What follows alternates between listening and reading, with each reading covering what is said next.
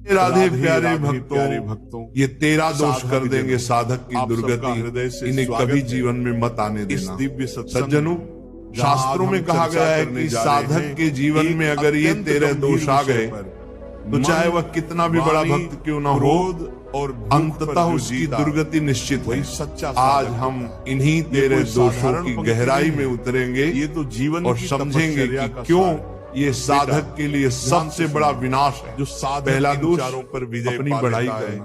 प्यारे भक्तों, अपने मुख से अपनी बढ़ाई करना सबसे बड़ा दोष है। भगवा वस्त्र पूर्वाद की बड़ली, लेकिन जो साधक बार बार अपने गुणों का, अपने भजन का, अपने दान का, अपने तप का बखान करता है, उसका पुण्य नष्ट हो जाता है।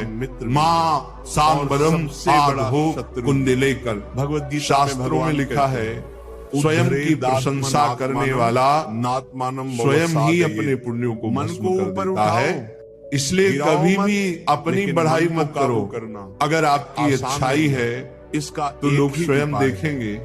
जैसे दीपक अपनी ज्योति से खुद पहचान लेता है, वैसे ही अच्छा मनुष्य बिना बोले सब विषयों की ओर जाने से। दूसरा दोष, और उसे धर्म से मिले धन का दुरुपयोग। समझ लेना साधक साधना, धन जीवन का साधन है, अब देखो साध्य नहीं। जब मन जो साधक धर्म से प्राप्त धन का प्रयोग केवल पेट पालने, सेवा करने और परिवार को सुखी करने में करता है, उसका धन शुभ होता है। लेकिन जो साधक लोलुपता, चोरी, छल कपट से धन कमाता है, उसका धन ही उसे भस्म कर। संसार में स्मरण रखो, धन दीपक की तरह है, अगर सही ढंग से जलेगा कितनी बार तो घर रोशन बोलने के बाद, लेकिन अगर उल्टा जल गया क्यों बोल दिया, तो घर को जला भी देगा। तीसरा दोष व्यक्ति लोलुपता और चोरी का पहले। प्रेमी आत्माओं, लालच से बड़ा कोई शत्रु नहीं। जो साधक दूसरों का हक मारकर, छल करके, मतलब झूठ बोलकर धन कमाता है, कि सामने वह धन उसके घर में अशांति लाता है। क्या करता है, बच्चे बिगड़ जाते हैं, परिवार टूट जाता है, और अंततः वह स्वयं दुख में डूब जाता है। सबसे जरूरी चौथा दोष और मधुर क्रोध।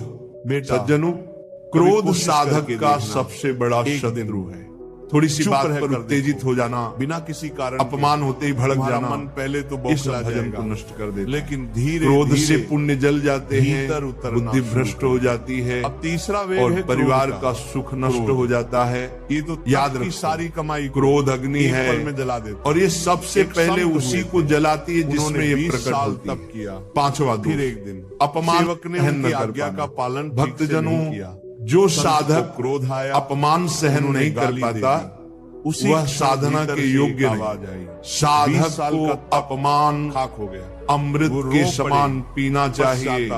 अगर कोई तुम्हारा अपमान करता है नहीं हो सकता, तो समझो वह तुम्हारे अहंकार को धो रहा है। जो साधक, लेकिन अगर तुम अपमान पर लड़ पड़े हर परिस्थिति में, तो तुम्हारा भजन वही नष्ट हो जाएगा। और छठा दोष, शांत मन ही पाप में निर्भीक होना निवास है। प्यारे बेटा, कभी भी पाप को खेल मत समझो। आज का मनुष्य, आज लोग निडर होकर पाप करते हैं। चोरी, व्यभिचार, छल, हिंसा, और सोचते हैं कि कुछ होगा नहीं भोजन।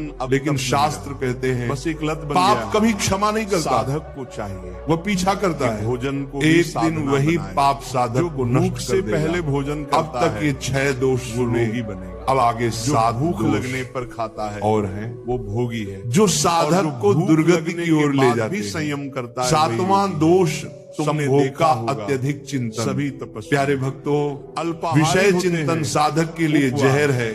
जो साधक रात दिन भोग का चिंतन करता है, उसका मन कभी भगवान में स्थिर नहीं होगा।